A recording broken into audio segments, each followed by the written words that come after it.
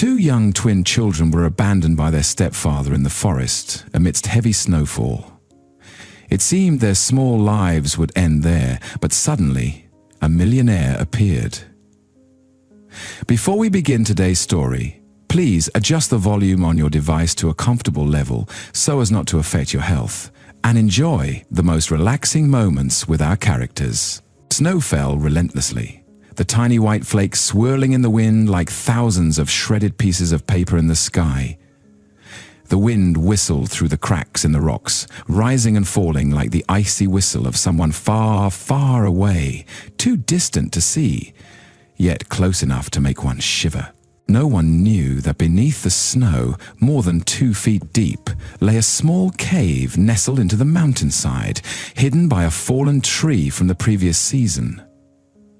The cave entrance was narrow, just enough for an adult to crawl through, and inside were 2 small figures curled up in the darkness.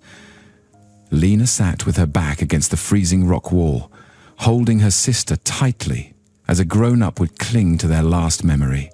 Her lips were dry and pale, her movement slowed, but her eyes remained wide open, strangely alert in a situation where no one should have the strength to think. Lisa lay in her sister's arms, her breath as thin as a thread. Her small hands curled up in her sleeves. The faint light from the toy watch on Lisa's wrist flickered red and green like a cruel joke amidst the storm. "Are you cold?" Lena whispered, leaning in and burying her face in her sister's damp hair. Lisa didn't answer. She just shivered slightly and repeated a sentence that Lena didn't want to hear a second time. "Sister, if I die first, don't follow me." It wasn't the first time Lisa had said that, but each time it felt like a knife, not piercing the skin, but something deeper. Lena bit her lip. She didn't cry. Tears couldn't fall in this cold. They would freeze before sliding down her cheeks, but her heart still ached. "Don't say that, Lisa, remember? We're twin sisters. If you die, I get scolded." She tried to smile. A childish lie meant more for herself than for her sister. Lisa nodded slightly, her purple lips unable to smile, but her eyelids fluttered like a sign of agreement. Lena loosened the thin scarf wrapped around them both, pulling it higher up her sister's neck, then craned her head to look out of the cave entrance. The snow was still falling, with no sign of stopping, and it had been dark for a long time. It was only the morning before that Daryl, the man Lena was forced to call Uncle Unk, had driven the 2 sisters up the mountain, saying it was to get some fresh air. He stopped the car on a trail, led them into the cave and said, "I'll leave you here for a bit. I'm going to find some things. Don't wander around, stay here, okay?" Then he left and didn't come back. At first, Lisa thought he was lost. Lena remained silent. She had learned long ago that some adults never really intended to return, no matter how many times they said, "I swear, I promise," or "I'll be back soon." As the afternoon wore on, the wind began to pick up.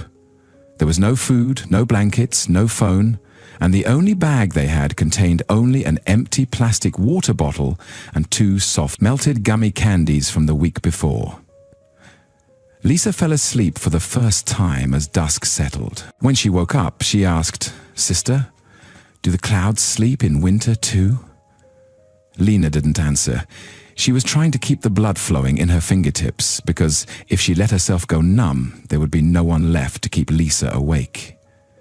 "Lena?" Lisa called weakly. Lena looked at her and replied, "Yes?" "If we disappear, will Mum see us?" Lisa's innocent question broke Lena's heart. Lena looked up at the stone ceiling, imagining someone above, through the layers of snow, looking down at them. "Mum will find us. She's very good at it, remember? That time she found the stuffed duck that had been missing for a whole month." Lisa nodded, her eyes closing, whether because she truly believed it or because she was tired. Lena leaned down, resting her forehead against her sister's. She said, "You have to stay awake. Do you hear me? We're not allowed to sleep yet." "But I'm tired." I'll tell you a story. Remember the ice castle? The one where the princess never got cold?" Lisa nodded slightly again, this time because she really wanted to hear it. Lena began to tell the old story, the one Mum used to tell her when she was little. But this time, she added that there were two sisters who looked exactly alike, one very smart, the other very brave.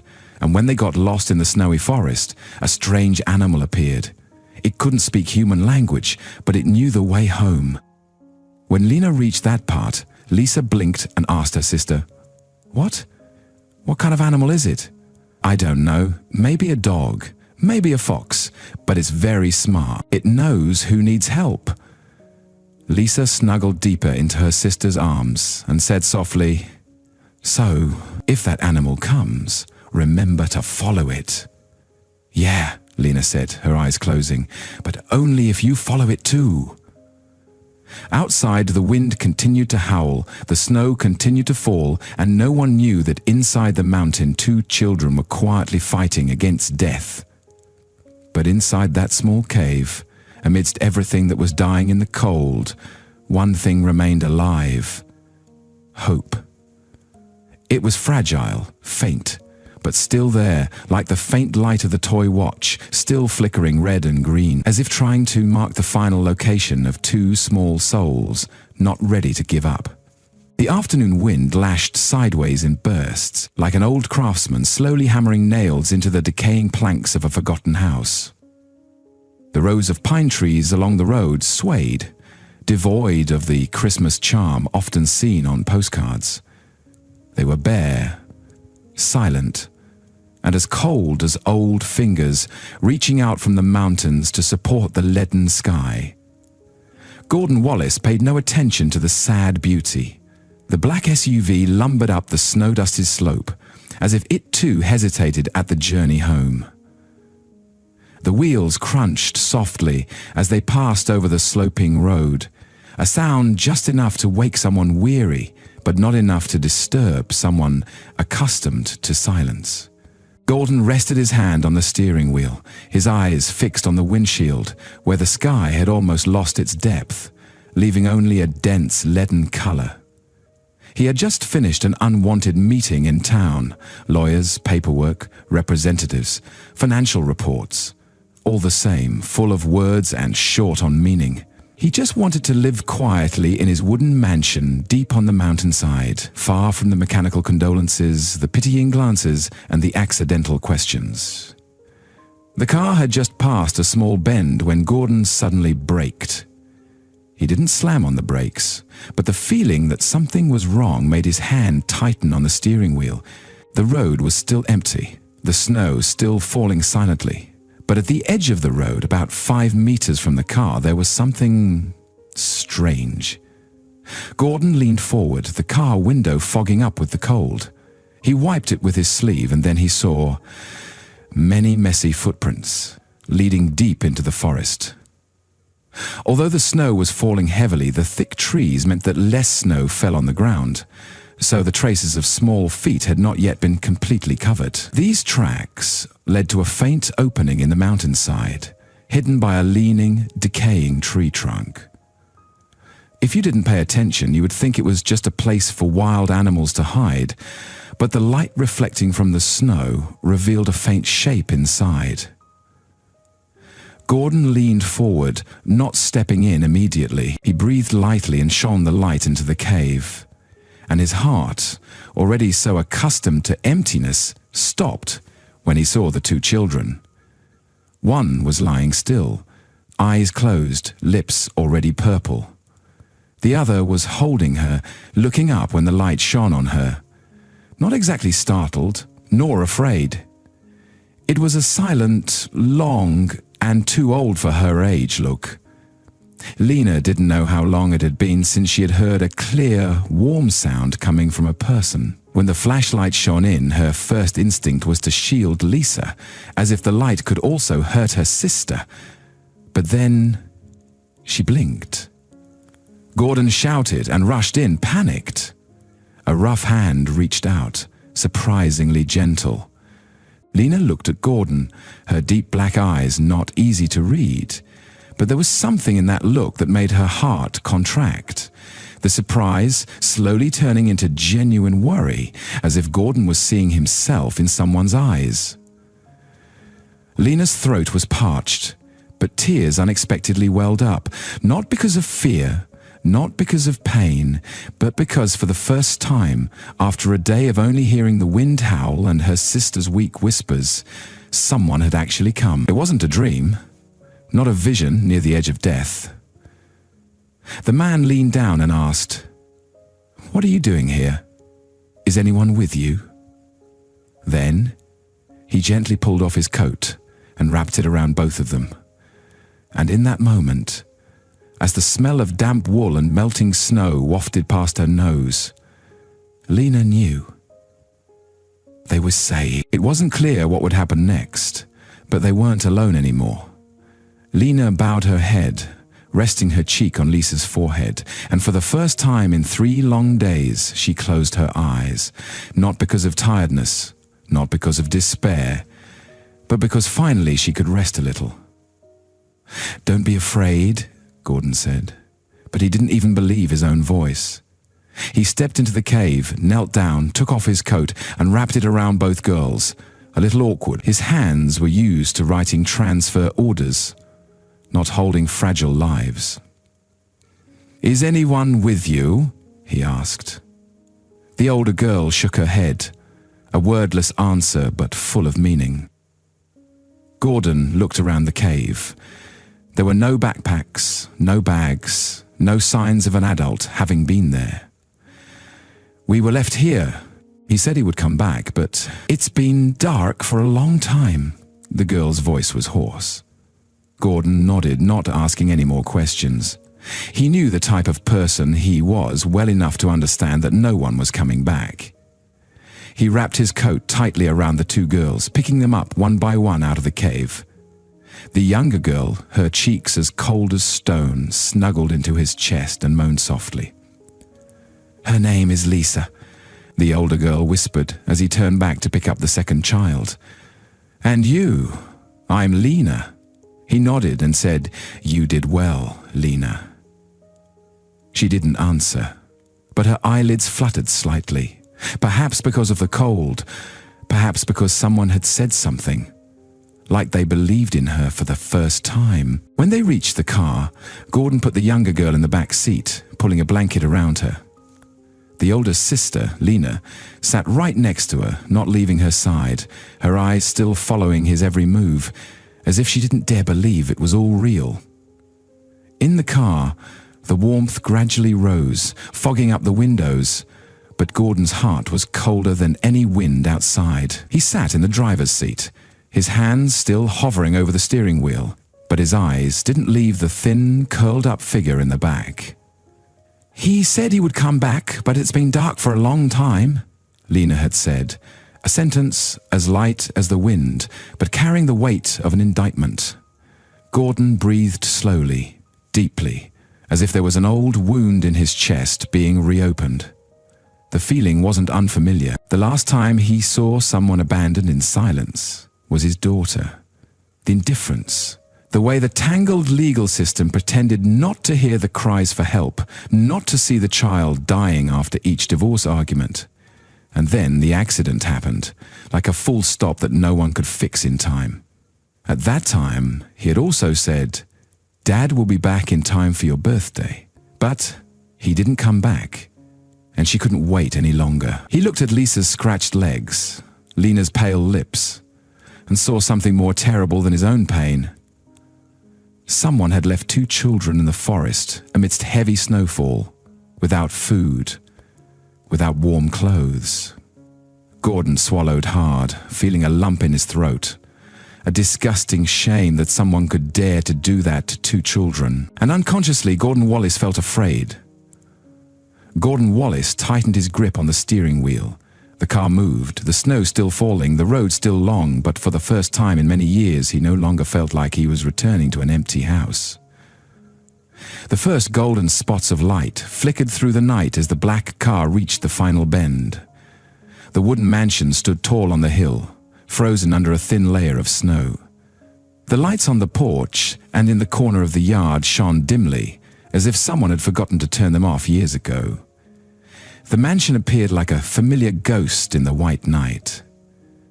Thin snow covered the roof, the wooden porch, and the steps, like ashes, falling silently after a fire. The light inside cast a pale yellow glow, neither warm nor cold, just the existence of a place that had been too long without welcoming anyone.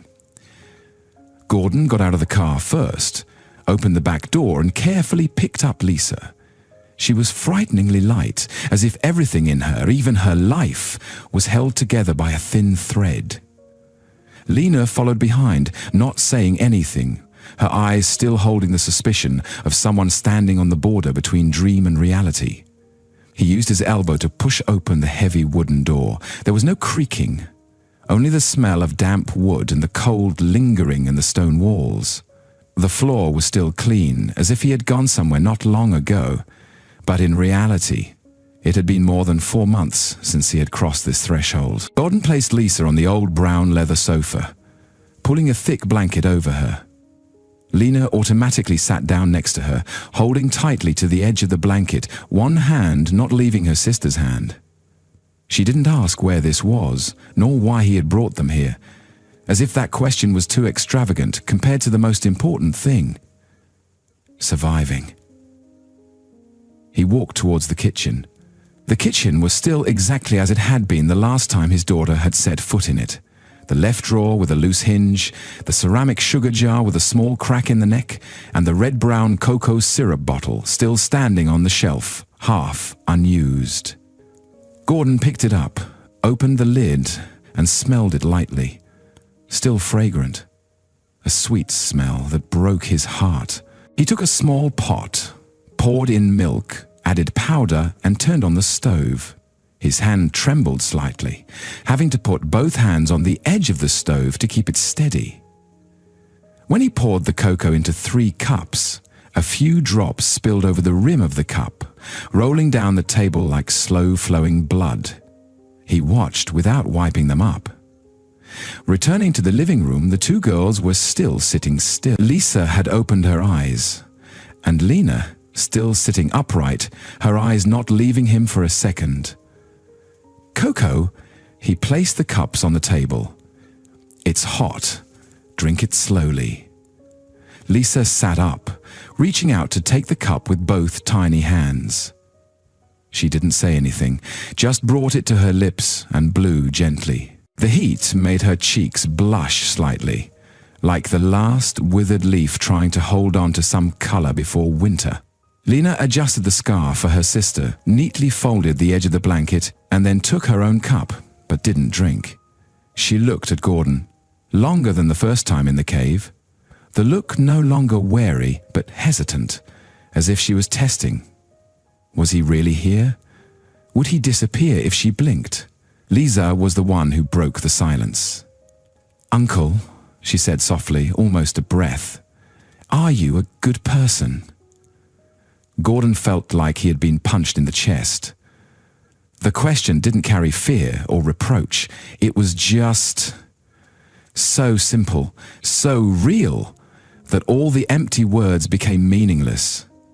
He took a deep, very deep breath and then replied, "I don't know anymore," he replied, his voice hoarse. "I used to think I was a good person. Then one day, I wasn't sure anymore. But at least from tonight, I want to be someone you two can trust." Lisa didn't smile, didn't say anything more. She just nodded slightly, then looked down, blew again, and took a sip. Lena put her cup down on the table. "So, what are you going to do with us?" A voice like the wind passing over the rocky slope. Gordon looked straight into her eyes. "I don't know for sure, Lena, but I won't leave you, no matter what." She didn't answer, but for the first time, her lips moved as if to smile, just for a moment, but enough for him to realize that a part of belief had begun to sprout. Outside, the snow was still falling, thicker, but in that room, the warmth was enough for the condensation on the glass to gradually melt. Gordon stood up, found more blankets, and the fireplace began to crackle. The paintings on the wall, the old photos on the shelf, all seemed to be looking up at him, asking, "What are you doing, Gordon?" And he had the answer in the way he quietly placed his hand on Lena's shoulder, looked at the two children, and felt the crack, the small crack, from where his heart had been frozen for many years. The crack didn't collapse, but it let the light in. Outside, the wind gusted as if trying to overturn the old wooden porch. Inside, everything was almost still. The fireplace hissed softly. The thin curtains swayed slightly in the heat, and Gordon sat blankly on the chair, holding a cup of cocoa that had been cold for a while. The two children were asleep. Lena rested her head on her arm, curled up next to her sister. Lisa was lost in a tired sleep, her breath wheezing from the cold and hunger, her small hand still clutching the edge of her sister's shirt. Gordon didn't dare turn on the bright light. He didn't want to ruin something, as if what existed between them was a precious piece of glass that just needed one loud noise to shatter. He stood up and walked towards the bookshelf. On the wall, the clock hung high, still running steadily, ticking each beat as if to prove that the world was still running, even if no one was waiting or paying attention. Gordon opened the drawer, rummaging through old files, certificates, invoices, invitations, then the landline phone. He dialed the area police station. "This is the emergency support center. How can I help you?" The female voice was calm, mechanical, as if programmed. "I want to check. If anyone has reported missing two twin girls about 6 years old, searched from 3 days ago until now. Can you provide the names of the children?" Gordon hesitated, turning his head to look at the faint light flickering on Lisa's cheek, and said, "I'm not sure," he admitted, feeling embarrassed for the first time before a seemingly simple question. "The older one said her name is Lena. The younger one is Lisa. I don't know their last name." The other end of the line was silent for a few seconds, an invisible pause that Gordon heard more clearly than any sound. "Yes, I will look it up. Please hold." An electronic music started playing, steady, cold, and foreign, like the life that Gordon had built for so many years. He stood up, walked to the window, pulled the curtains slightly, his eyes looking outside. The snow was still falling, thicker, but without the romantic look often seen on postcards. The snowflakes fell silently, like rejections, questions that had never been answered. For a moment, Gordon felt like he was waiting for a verdict on something bigger than a phone call. A part of him, the part that had become calloused with hope, already knew the answer. "Mr. Wallace," the female voice returned, this time light but decisive, without any emotion. "There are no missing person reports that match within 100 kilometers of the area you are in." Gordon didn't say anything. He gently put the phone down on the cold wooden table. At that moment, a truth fell into his heart like a heavy stone. No one was looking for those two children. No one. He returned to the living room. The room was still quiet, the fireplace burning silently. Gordon sat down next to the two children. Lisa stirred in the blanket, her eyelids fluttering slightly. She spoke in her sleep, not clearly, but still enough for Gordon to hear each word clearly. "I don't want to go back. I want to stay here forever." The whisper was like a slow, gentle but haunting knife, and it stabbed straight into the deepest part of Gordon's heart. The place he thought he had frozen since the day his daughter passed away. He wasn't an easy person to soften, but that sentence made him feel suffocated, as if he himself was the child lying there, begging for a place where no one would chase him away. He left the chair and walked into the study at the end of the hall. He turned on the light. For the first time in 3 months, this room was lit again. On the desk, there was still the old laptop, next to it a faded photo. His daughter at 7 years old, standing and smiling brightly with her little dog named Bruno. He picked up the photo, looked at it for a long time, then put it back gently, as if afraid of breaking a memory. He opened the laptop, logged in, and started searching in a different direction. He typed, "Abandoned children, Oregon, this month's report." Nothing. He tried searching for Daryl, the only word that Lena had mentioned. Dozens of names appeared, but no one lived nearby. An idea flashed through his mind. Gordon returned to the living room, leaned down and gently lifted Lena's sleeve. On the shoulder of her thin coat, where the fabric was worn, there was a small plastic name tag left. The writing was blurred, but he could read a few characters. __NAH_ Helms School, Gordon muttered. He took a picture of it, then sat down at the table and started looking up each school in the area. A name appeared. Helena Hill Elementary, Portland District. He slumped back in his chair, motionless. Portland, more than 200 kilometers away. No one would go that far with 2 children just to take a stroll. Gordon stood up, looked towards the sofa. Lena was still not awake, but for the first time since he had found those 2 children, Gordon felt something that wasn't worry, but a promise forming very slowly in his chest. Whatever your past is, whatever bad things the adults have done, tonight, from this house, no one will be left behind. He sat back down next to the 2 children, gently stroking Lisa's hair. She stirred, her eyelids fluttering slightly. She spoke in her sleep, not clearly, but still enough for Gordon to hear each word. "I don't want to go back anymore. I want to stay here forever." The whisper was like a dull knife, gentle but haunting, and it stabbed straight into the deepest part of Gordon's heart, the place he thought he had frozen since the day his daughter passed away.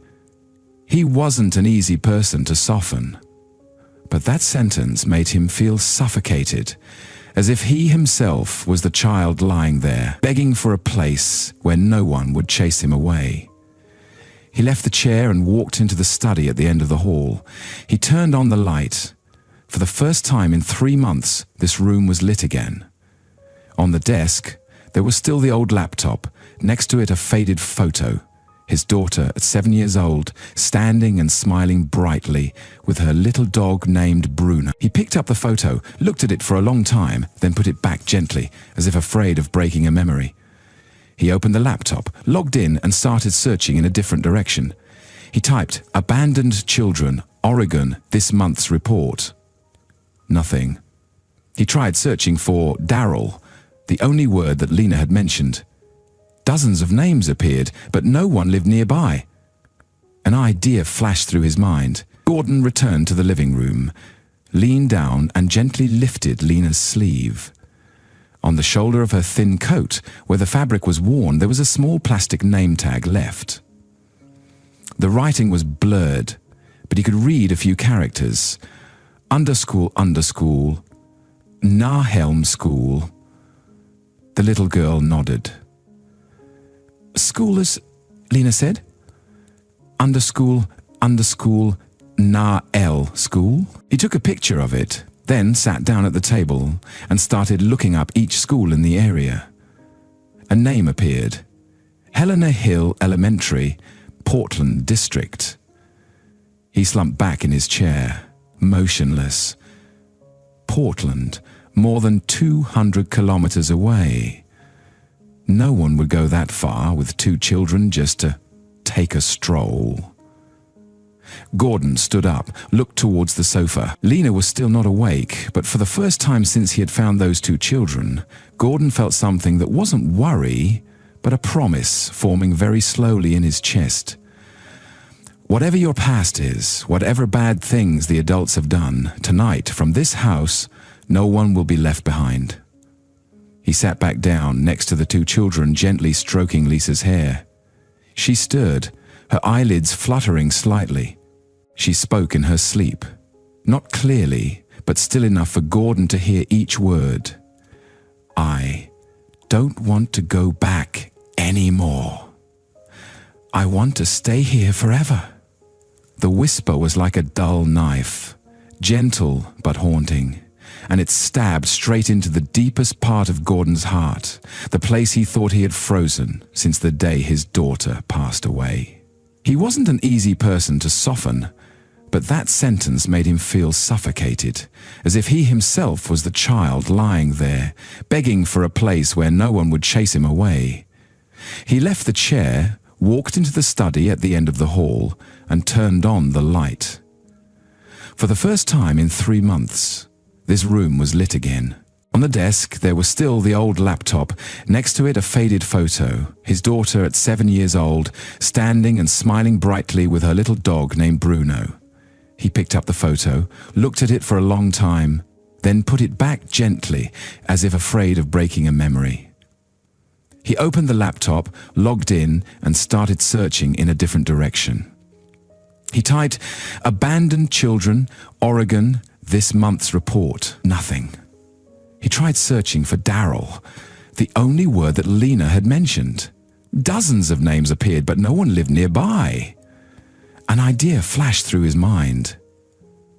Gordon returned to the living room, leaned down, and gently lifted Lena's sleeve. On the shoulder of her thin coat, where the fabric was worn, there was a small plastic name tag left. The writing was blurred, but he could read a few characters. __na hill, __lel school. Helm School, Gordon muttered. He took a picture of it, then sat down at the table and started looking up each school in the area. A name appeared, Helena Hill Elementary, Portland District. He slumped back in his chair, motionless. Portland, more than 200 kilometers away. No one would go that far with 2 children just to take a stroll. Gordon stood up, looked towards the sofa. Lena was still not awake, but for the first time since he had found those 2 children, Gordon felt something that wasn't worry, but a promise forming very slowly in his chest. Whatever your past is, whatever bad things the adults have done, tonight, from this house, no one will be left behind. He sat back down next to the 2 children, gently stroking Lisa's hair. She stirred, her eyelids fluttering slightly. She spoke in her sleep, not clearly, but still enough for Gordon to hear each word. "I don't want to go back anymore. I want to stay here forever." The whisper was like a dull knife, gentle but haunting, and it stabbed straight into the deepest part of Gordon's heart, the place he thought he had frozen since the day his daughter passed away. He wasn't an easy person to soften, but that sentence made him feel suffocated, as if he himself was the child lying there, begging for a place where no one would chase him away. He left the chair, walked into the study at the end of the hall, and turned on the light. For the first time in 3 months, this room was lit again. On the desk, there was still the old laptop. Next to it, a faded photo. His daughter, at 7 years old, standing and smiling brightly with her little dog named Bruno. He picked up the photo, looked at it for a long time, then put it back gently, as if afraid of breaking a memory. He opened the laptop, logged in, and started searching in a different direction. He typed, "Abandoned children, Oregon. This month's report." Nothing. He tried searching for Daryl, the only word that Lena had mentioned. Dozens of names appeared, but no one lived nearby. An idea flashed through his mind. Gordon returned to the living room, leaned down, and gently lifted Lena's sleeve. On the shoulder of her thin coat, where the fabric was worn, there was a small plastic name tag left. The writing was blurred, but he could read a few characters. __NOL__LL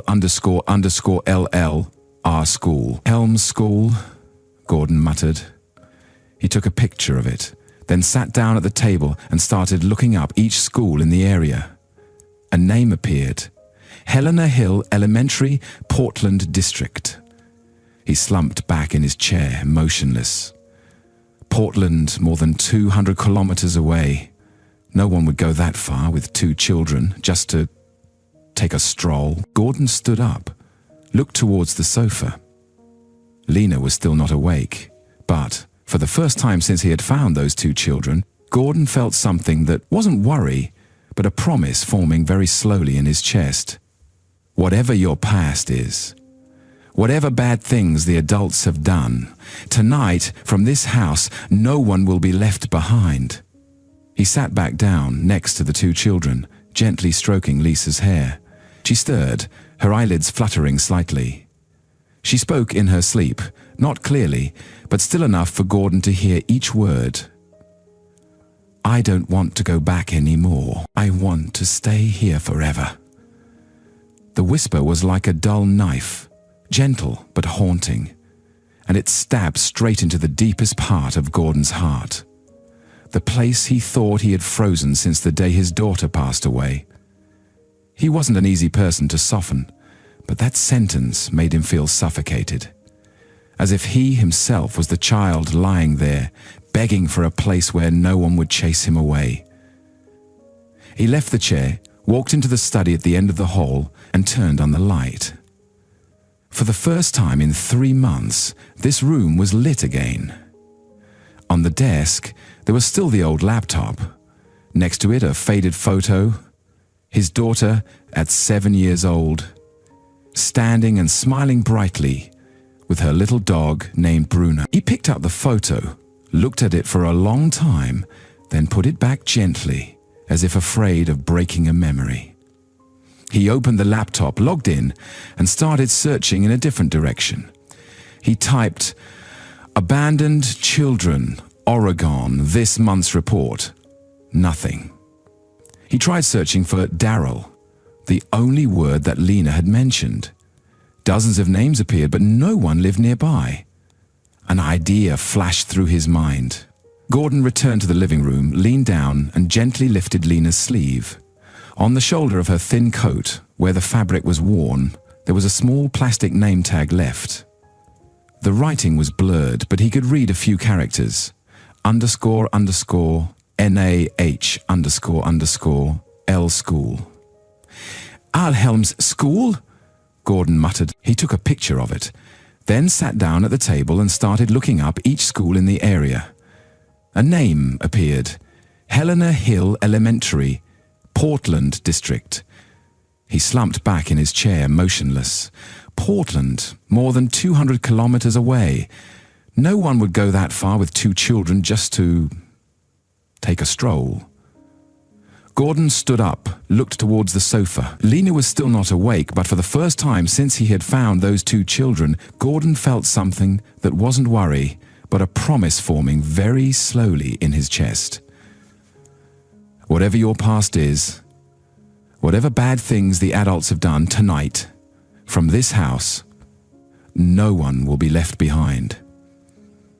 He sat back down next to the 2 children, gently stroking Lisa's hair. She stirred, her eyelids fluttering slightly. She spoke in her sleep, not clearly, but still enough for Gordon to hear each word. I don't want to go back anymore. I want to stay here forever. The whisper was like a dull knife, gentle but haunting, and it stabbed straight into the deepest part of Gordon's heart. The place he thought he had frozen since the day his daughter passed away. He wasn't an easy person to soften, but that sentence made him feel suffocated, as if he himself was the child lying there, begging for a place where no one would chase him away. He left the chair, walked into the study at the end of the hall, and turned on the light. For the first time in 3 months, this room was lit again. On the desk there was still the old laptop, next to it a faded photo. His daughter at 7 years old, standing and smiling brightly with her little dog named Bruno. He picked up the photo, looked at it for a long time, then put it back gently, as if afraid of breaking a memory. He opened the laptop, logged in, and started searching in a different direction. He typed, "Abandoned children, Oregon, this month's report." Nothing. He tried searching for Daryl, the only word that Lena had mentioned. Dozens of names appeared, but no one lived nearby. An idea flashed through his mind. Gordon returned to the living room, leaned down and gently lifted Lena's sleeve. On the shoulder of her thin coat, where the fabric was worn, there was a small plastic name tag left. The writing was blurred, but he could read a few characters. __, NAH __, L school. Helm School, Gordon muttered. He took a picture of it, then sat down at the table and started looking up each school in the area. A name appeared, Helena Hill Elementary, Portland District. He slumped back in his chair, motionless. Portland, more than 200 kilometers away. No one would go that far with 2 children just to take a stroll. Gordon stood up, looked towards the sofa. Lena was still not awake, but for the first time since he had found those 2 children, Gordon felt something that wasn't worry, but a promise forming very slowly in his chest. Whatever your past is, whatever bad things the adults have done, tonight, from this house, no one will be left behind. He sat back down next to the 2 children, gently stroking Lisa's hair. She stirred, her eyelids fluttering slightly. She spoke in her sleep, not clearly, but still enough for Gordon to hear each word. I don't want to go back anymore. I want to stay here forever. The whisper was like a dull knife, gentle but haunting, and it stabbed straight into the deepest part of Gordon's heart, the place he thought he had frozen since the day his daughter passed away. He wasn't an easy person to soften, but that sentence made him feel suffocated, as if he himself was the child lying there, begging for a place where no one would chase him away. He reached for the phone. Gordon remembered an old contact, Madeline Price, from his old private law firm before she left to join Child Safe Oregon. Child Safe Oregon, this is Madeline. Madeline, it's Wallace. Gordon, are you all right? No, I need you, not for me. 2 hours later, Madeline arrived, snow covering her long coat. She looked around the room before landing on the children. These are Lena and Lisa, Gordon said. They went to Helena Hill in Portland. The only name I've heard is Darrell. Madeline nodded, opening her laptop. Anything they remember? Lena remembers their mother fell in the kitchen, and Darrell, he drinks a lot, curses, and no one is looking for them. I called the center last night, but there were no missing person reports. Madeline typed quickly, her familiar fingers tapping on the keyboard, opening files that no one outside the industry had the right to access. A moment later, she stopped, pausing at a name.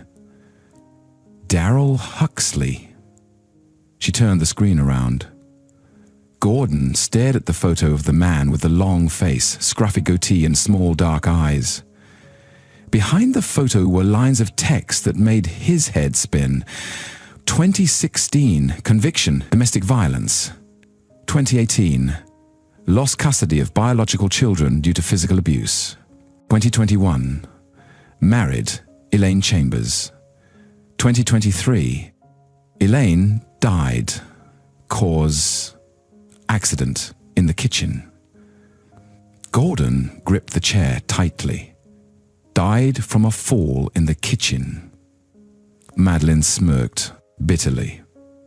The autopsy report concluded it was due to a slip, but there were reports from neighbors of a loud argument 3 days prior. No one opened an investigation because there was no official complaint. Gordon sat silently, as if a stone was pressing on his chest.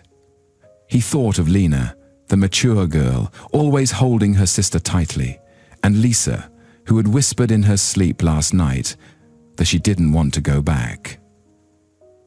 And after his wife died, he was given custody of the 2 children. His voice hardened. Madeline nodded. Because no one else was listed, the children had no grandparents, no relatives, and no reports of criminal activity. The law only sees the living legal guardian, and so the 2 children were given back to the man who had lost custody of his own children due to abuse. Gordon jumped up from his chair and walked to the window.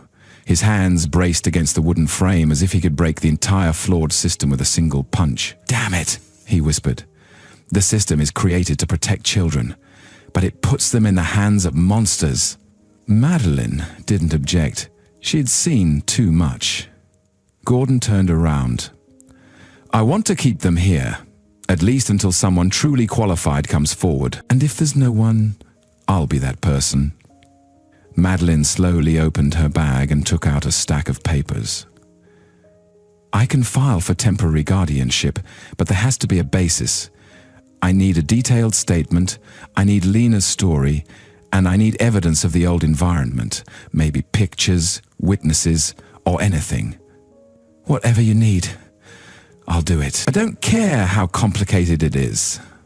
Madeline looked at him, the look no longer that of a lawyer, but of someone who understood that for the first time in years, Gordon Wallace had found something strong enough to make him stand up. "Gordon," she said slowly, "you know that if everything falls apart, you'll have to watch the two girls be pulled from your hands, right?" "I know," he said certainly. "Are you sure?" Madeline asked cautiously. Gordon looked towards the sofa, where the two children were still sleeping soundly, unaware that their entire future had just been decided with one sentence. "There's one thing I'm more sure of than anything," he said, his eyes not leaving them. "If these two children die, I won't be able to live with myself." Madeline was silent for a few seconds, then nodded slightly. "Then we won't let that happen." Madeline sat back down at the table, opened her worn leather briefcase, and pulled out a pre-printed form. The light from the window reflected on her thin glasses, sparkling like steel. She began to fill in each item, her hands moving quickly, each line of text a legal commitment. Gordon stood behind her, his arms crossed, his eyes still on the sofa, where the two children were quietly sleeping in a peace as fragile as morning dew. He no longer saw himself as a savior, but as someone who owed life a chance to atone.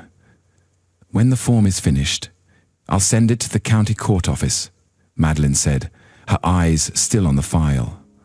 "But to force Darryl to show his face, we need someone in between." Gordon turned around curiously and asked, "Who?" She looked up. "Officer Elroy. He handled Darryl's first abuse case, but was pulled from the case halfway through due to lack of evidence.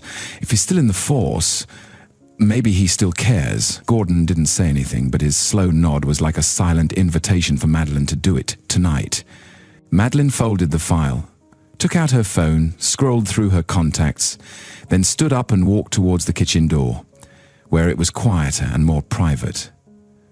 Outside, the snow was still falling, thick and silent. The house became too quiet, to the point where Gordon could clearly hear the sound of Madeline's high heels lightly touching the wooden floor. And in the instant before the kitchen door closed, Gordon heard her voice, small but resolute, echoing in the darkness that was about to be pushed back. "Hello, Elroy. It's me. Do you still remember the name Darryl Huxley?"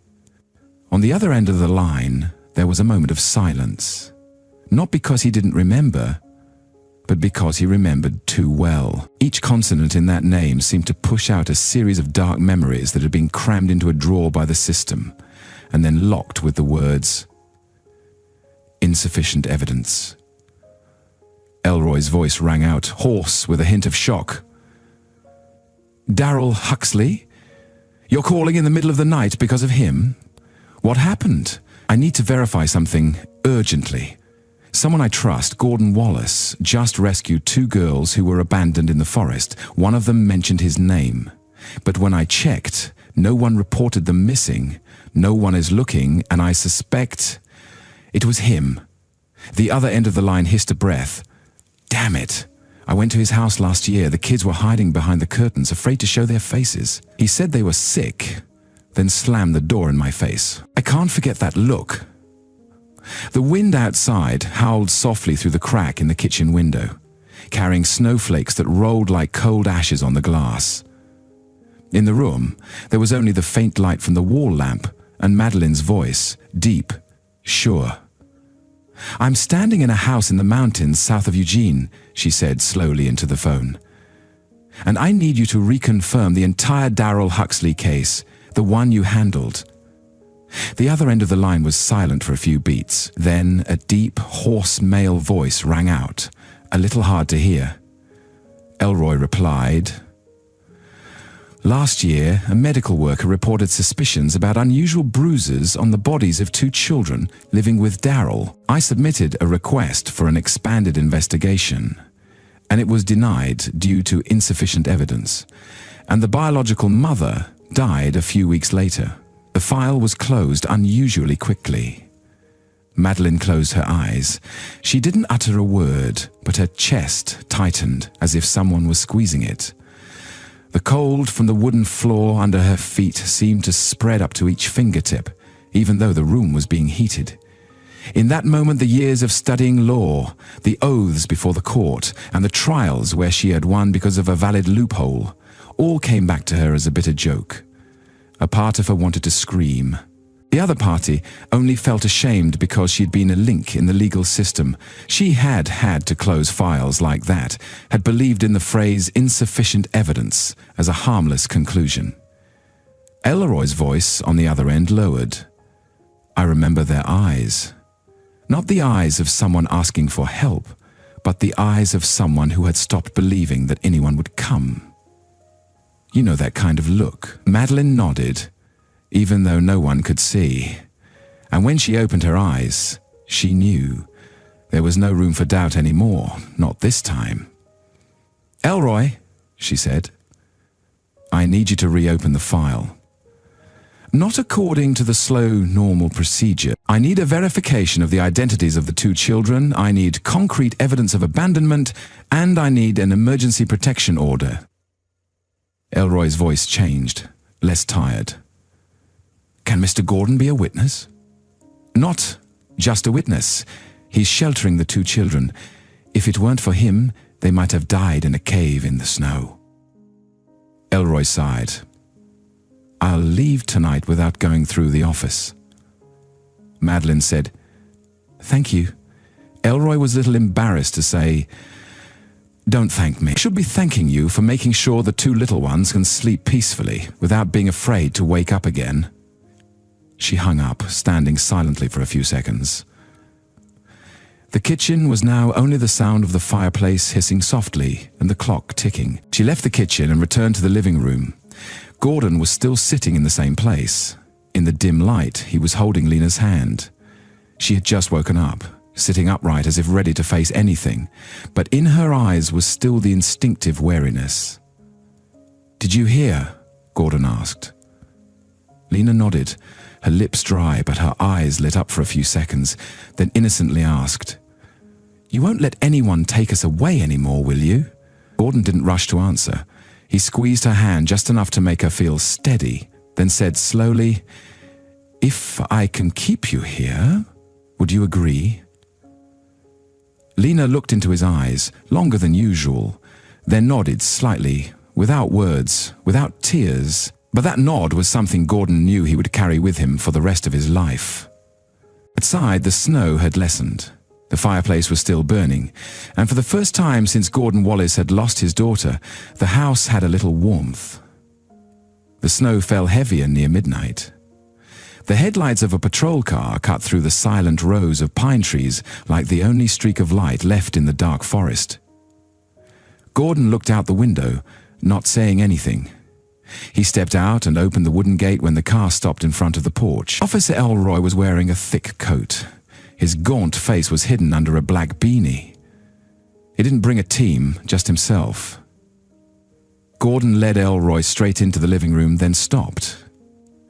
The two girls were sitting on the sofa, the light from the fireplace casting a faint red circle on Lisa's cheek. Lena was holding her in a blanket, her eyes wide open, but not panicked, just silent and wary as if this whole world was a giant trap. Elroy slowly lowered his hat. He squatted down to the children's eye level, his gaze not probing.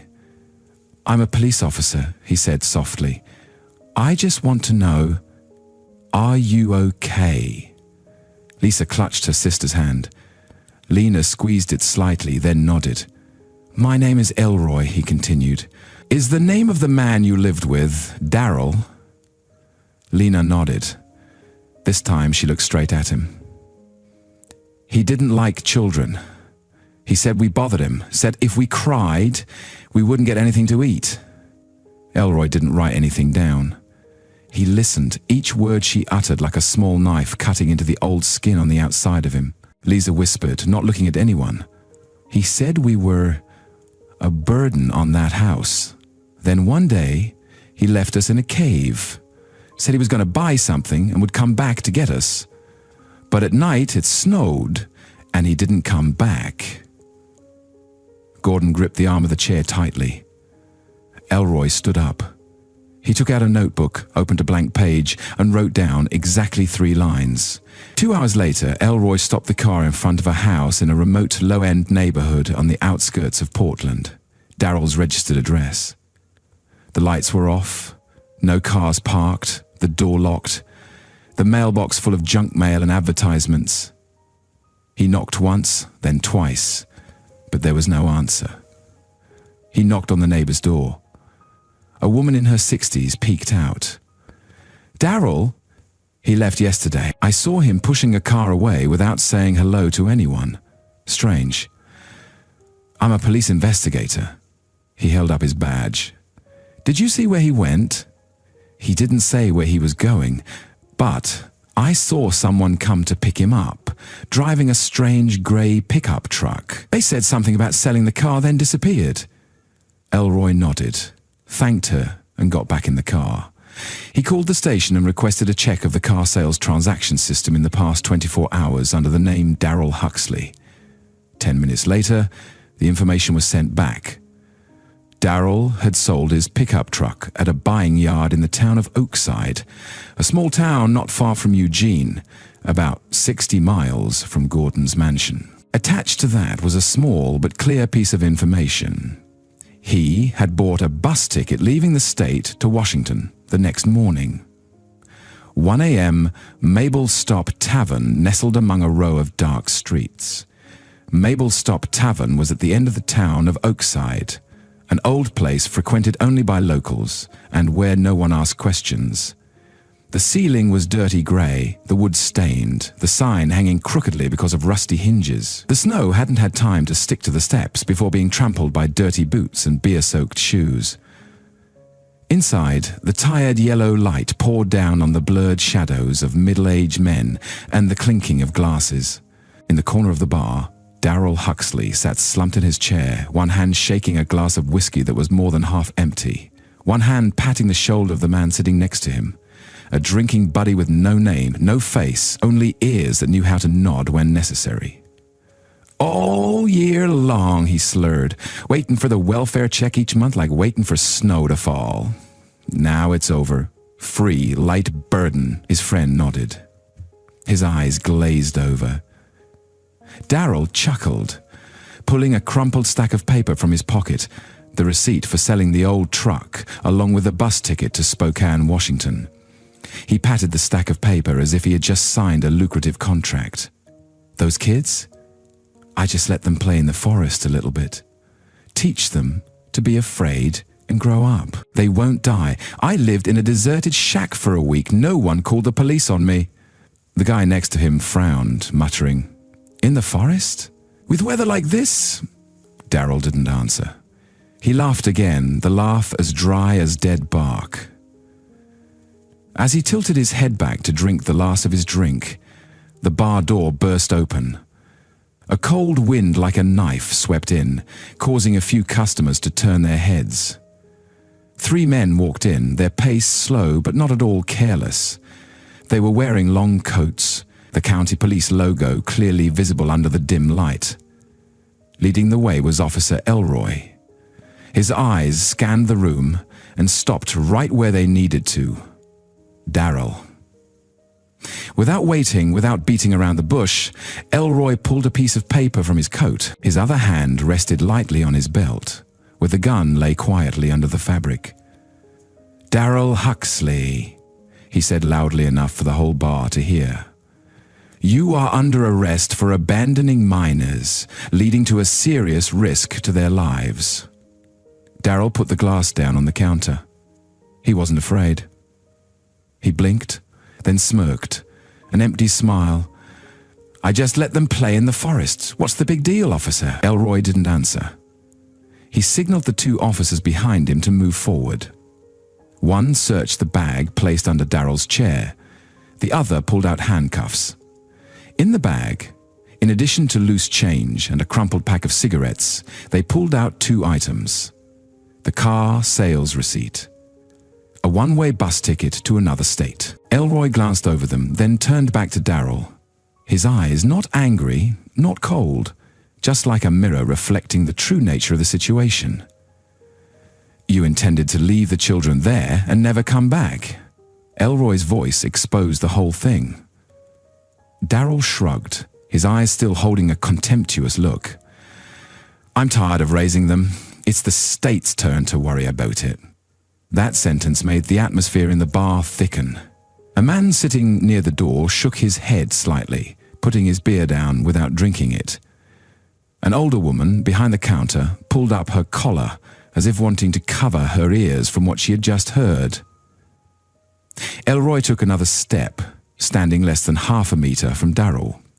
He looked straight at him, not as a police officer looking at a suspect, but as a man who had seen too much evil hiding behind the normal.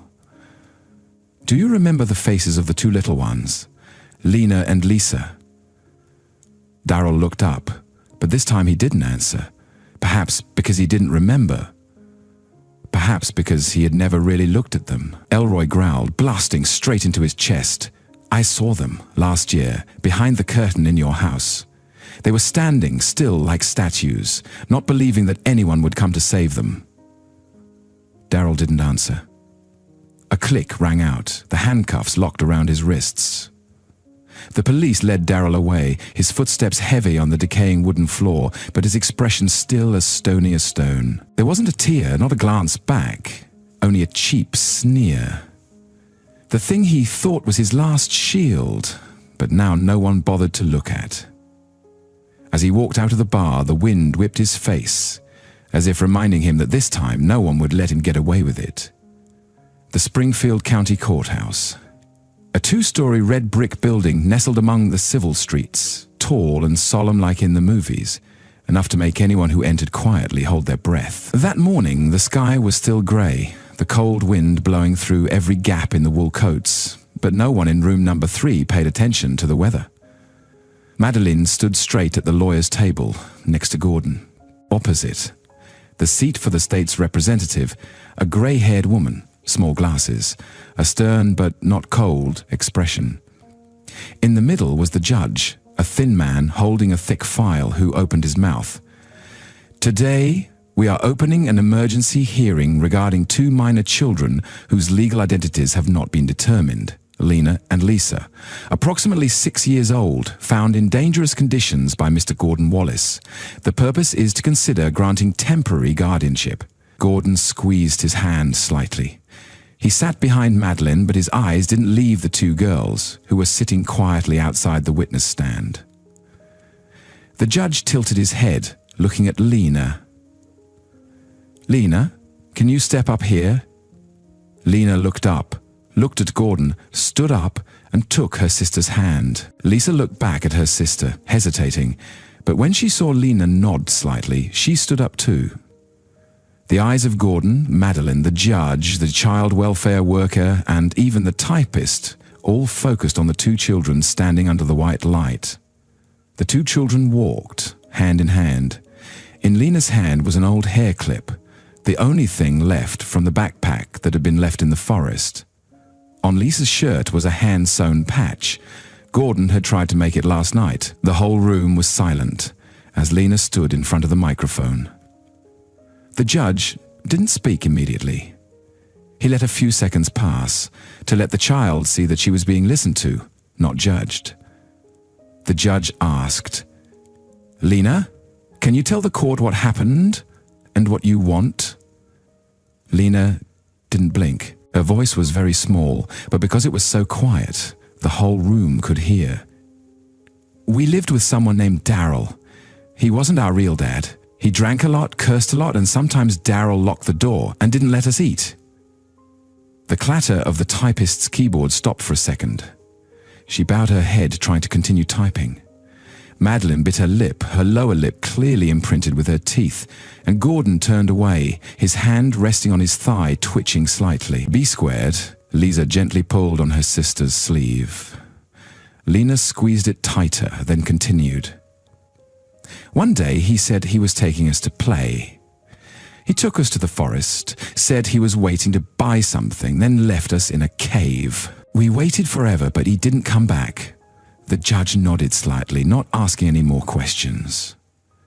He looked at the person in charge at the Department of Children's Services.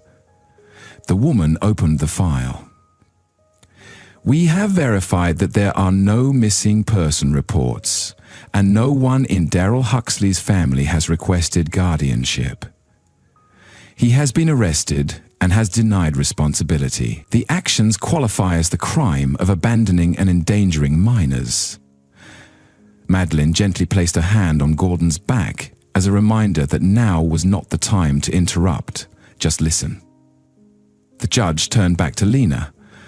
Lena, if you could choose, who would you want to stay with? She didn't hesitate. She looked at Gordon, not asking again. She said, I don't want to go back to that person. Mr. Gordon doesn't hit us, Lisa chimed in, her voice weak but true. He makes us cocoa. He doesn't yell. He listens to us. The whole room was still quiet. The judge bowed his head to the file, putting his pen down on the table. He didn't need anything more.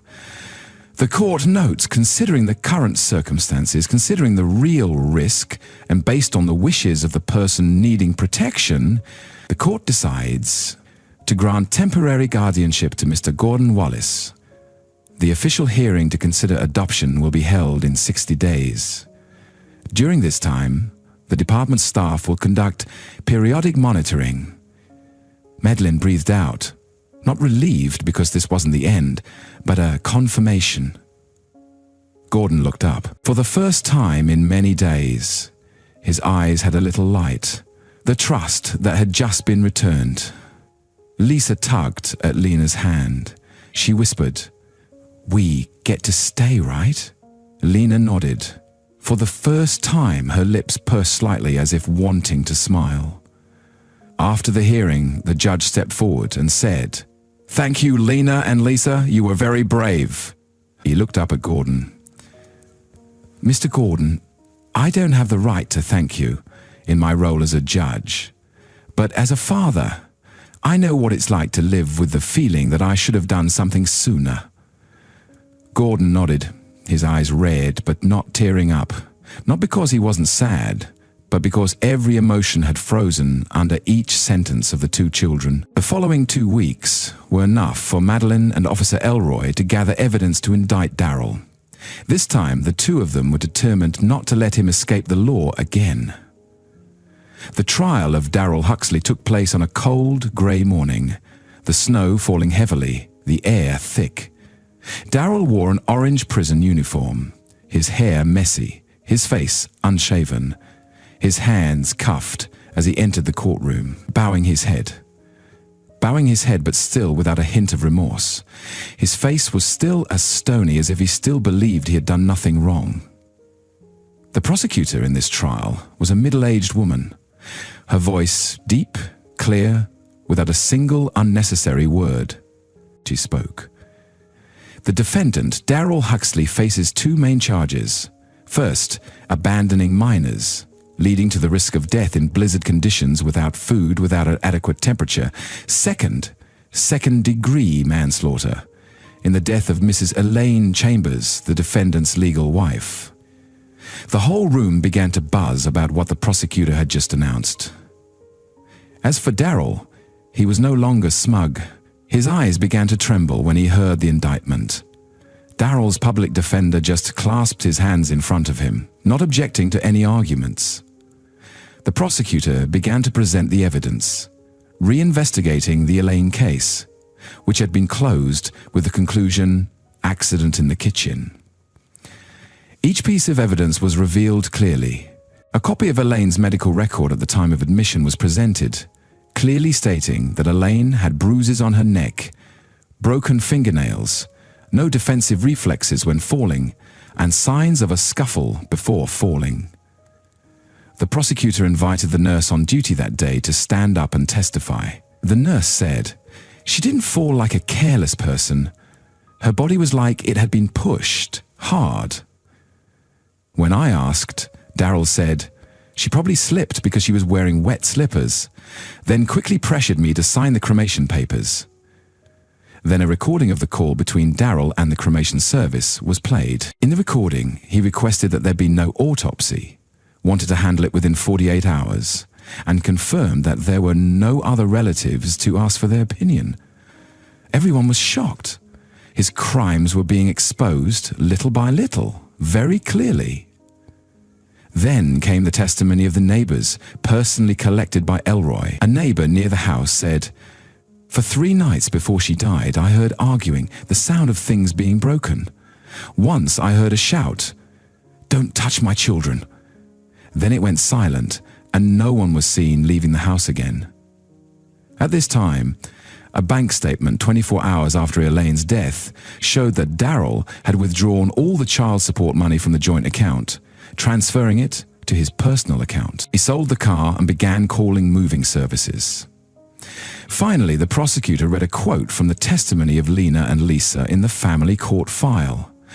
"Mum said she would take us away, but she fell and hit her head in the kitchen. A lot of blood came out. He stood there and didn't help her." The entire courtroom was silent. The judge, a man in his 60s, with white hair and black-rimmed glasses, read the verdict in a slow but heavy voice. "The court declares the defendant guilty of abandoning minors. 8 years in prison without parole for the first 4 years. Guilty of second-degree manslaughter against Elaine Chambers. 12 years in prison. The total is 20 years in prison. The defendant is prohibited from contacting or holding any legal rights related to the 2 children, Lena and Lisa, for the rest of his life." The trial is over. Officer Elroy, who was sitting in the row for interagency investigators, bowed his head slightly, not because he was sad, but because he was feeling something very difficult to describe, both relief and bitterness. He remembered vividly the day he came to that house, exactly 1 year ago. Remembered the children's eyes hiding behind the window curtain. Remembered Darryl's gruff voice, the door slamming, and the smell of cigarettes lingering around the house like an old skin covering something rotten inside. And he remembered the feeling of choking when he received the order, "Insufficient basis, close the file." Elroy had written a 3-page petition, had gone to meet his superiors to ask to reopen the investigation after Elaine's death, but it all sank under the familiar sentence in the industry. "If there is no complaint from relatives or survivors, we cannot go any further." He remembered sitting up all night that day just to watch Elaine Chambers' name in the system be changed to process. 1 click, 1 closed file code. Now here, in the criminal court, under the light of justice, every line, every page, every detail that he had tried to keep, every name that had tormented him in his restless sleep for the past year, was being read out in front of Darryl, in front of the law. And Elroy, who had seen too many cases fall into silence, for the first time in many years felt like he had not failed. It was all over. Gordon didn't come to court. When Madeline sent a message saying the verdict had been delivered, he was helping Lisa whisk eggs in the kitchen, and Lena was sitting by the fireplace coloring an old picture. The message only had 5 words. It's all over.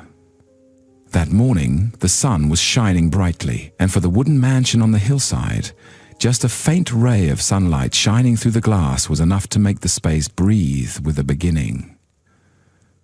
The fireplace was still burning, the flames creeping into every corner of the room, as if learning how to get used to heating a house that truly had people living in it. On the windowsill, the small boots with yesterday's mud were neatly arranged, and in the kitchen, the grey apron that Gordon hadn't touched for 7 years was now stained with flour, egg yolks, and Lisa's tiny handprints. "Am I not whisking too hard?" the girl asked, her voice small. "It's okay, you're doing great," Gordon replied, reaching out to support the ceramic bowl when it tilted. Lena stood next to him, her elbows propped on the wooden table, watching. She didn't say anything, But her eyes were different from the first day she came here, no longer as tight as a string, no longer looking out the window as if calculating an escape route. On the dining table, 3 cups had been filled with hot cocoa, the thin steam rising, reflecting the faint sunlight shining diagonally through the thin curtains. Gordon looked at the 2 girls spinning around the small kitchen, his hand trembling slightly with emotion. Each spoon tapping on the side of the bowl, each drop of batter falling on the floor, each small laugh interspersed with whispers, all like pieces of something he didn't dare name for so many years. Family. By the afternoon, the kitchen began to smell of cinnamon, honey, and melted butter. Gordon sat in the armchair by the window, a fairy tale book open in his hand. Lisa snuggled into his arms, her hair falling on both sides of her cheeks. Lena sat next to him, but didn't lean in. She still maintained her careful independence, but no longer tense. She was holding a colored pencil, redrawing a picture of a house with a chimney and 3 people standing under a tree. Outside, the wind blew through the rows of pine trees, making the wind chimes chime softly. Gordon turned the page, but Lisa didn't follow. Instead, she looked up, her round black eyes sparkling, her voice like a kitten. "Uncle Gordon, if we call you Dad, is that okay?" Space seemed to stop.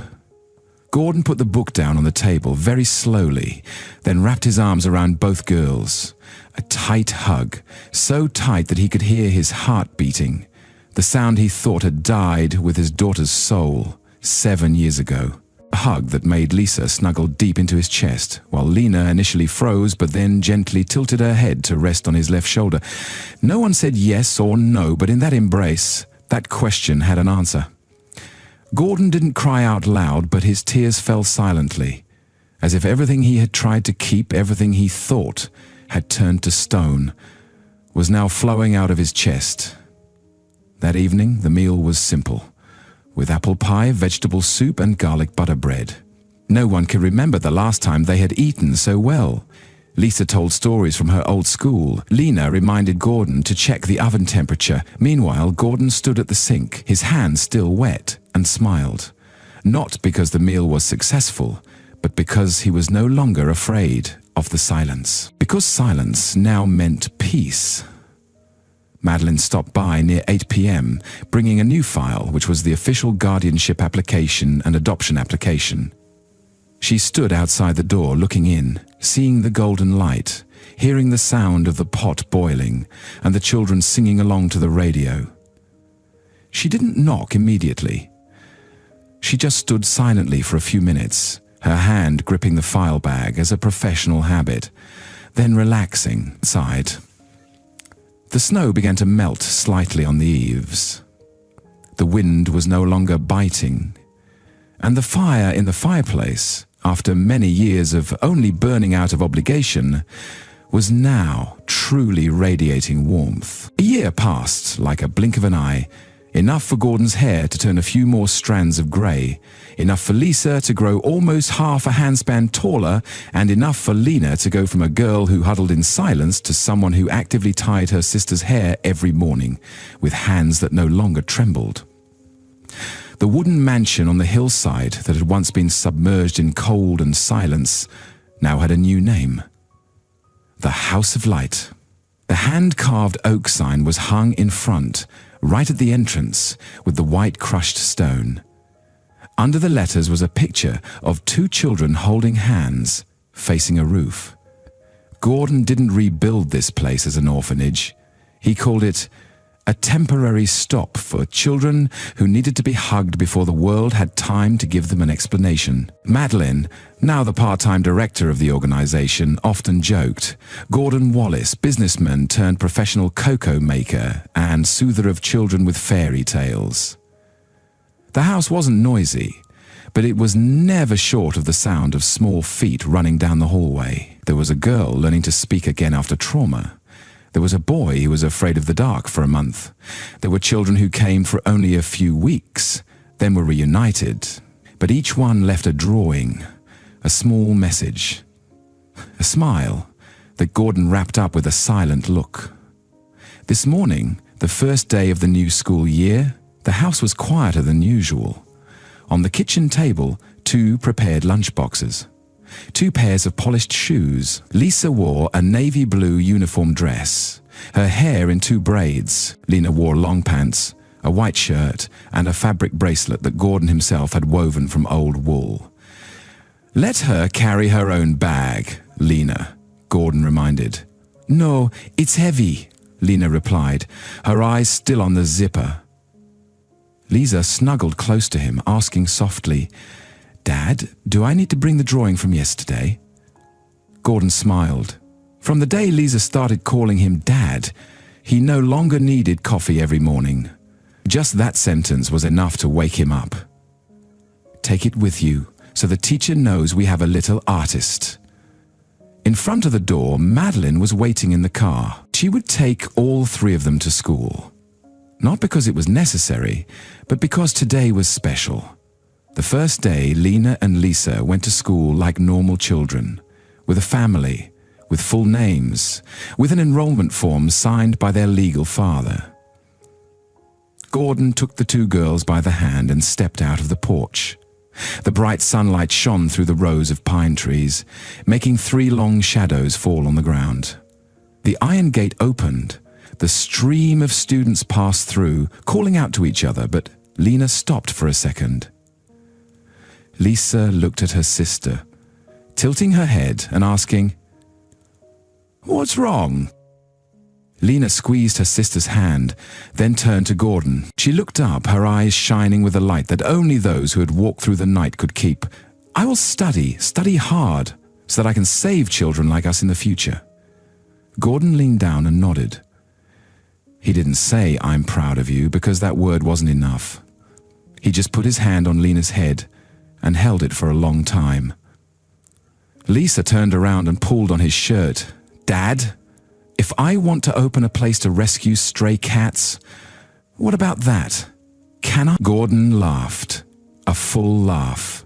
He hugged both children and whispered, "You can do anything, as long as your hearts are happy." That afternoon, Gordon stood alone on the porch. The school gate was closed. The 2 children would come home on the school bus. The wind carried the smell of baked goods from the kitchen to the hallway, and the sunset fell on the wooden sign hanging in front of the door, "The House of Light." On the wooden pole next to it, someone, probably Lena, had pasted a small piece of paper. "No one is left behind here." No need for bright lights, no need for applause.